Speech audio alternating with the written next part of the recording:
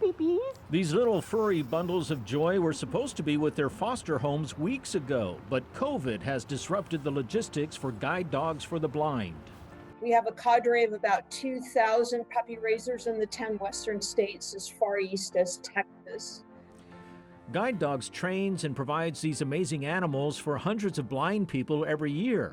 But getting the almost 900 dogs a year to and from their Bay Area campus to their puppy raisers, their training classes, and new owners has been very difficult during COVID. New restrictions have made it tough to get the dogs on commercial flights. Airlines now are no longer transporting animals, so because of the fact that they're flying smaller aircraft. So we have had this dilemma.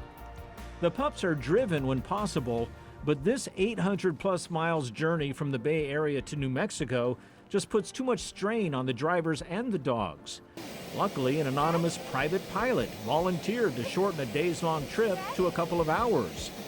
If these pilots aren't stepping up, it basically significantly impacts our ability to serve our clients, because if we don't have dogs.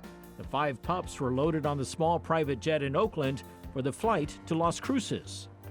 Waiting patiently in New Mexico were the puppies' new foster parents, who will care for them until they're old enough for guide dog training. The pups arrived after a brief nap in flight.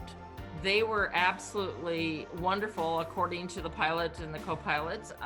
The puppies slept the whole flight. The volunteer flight has opened up a whole new world of possibilities for guide dogs for the blind. Las Cruces is a little bit out in the middle of nowhere, to be perfectly honest with you, from a major airport. Eventually, commercial flights will get back to normal, but Guide Dog says it may try to stick to using volunteer pilots whenever possible.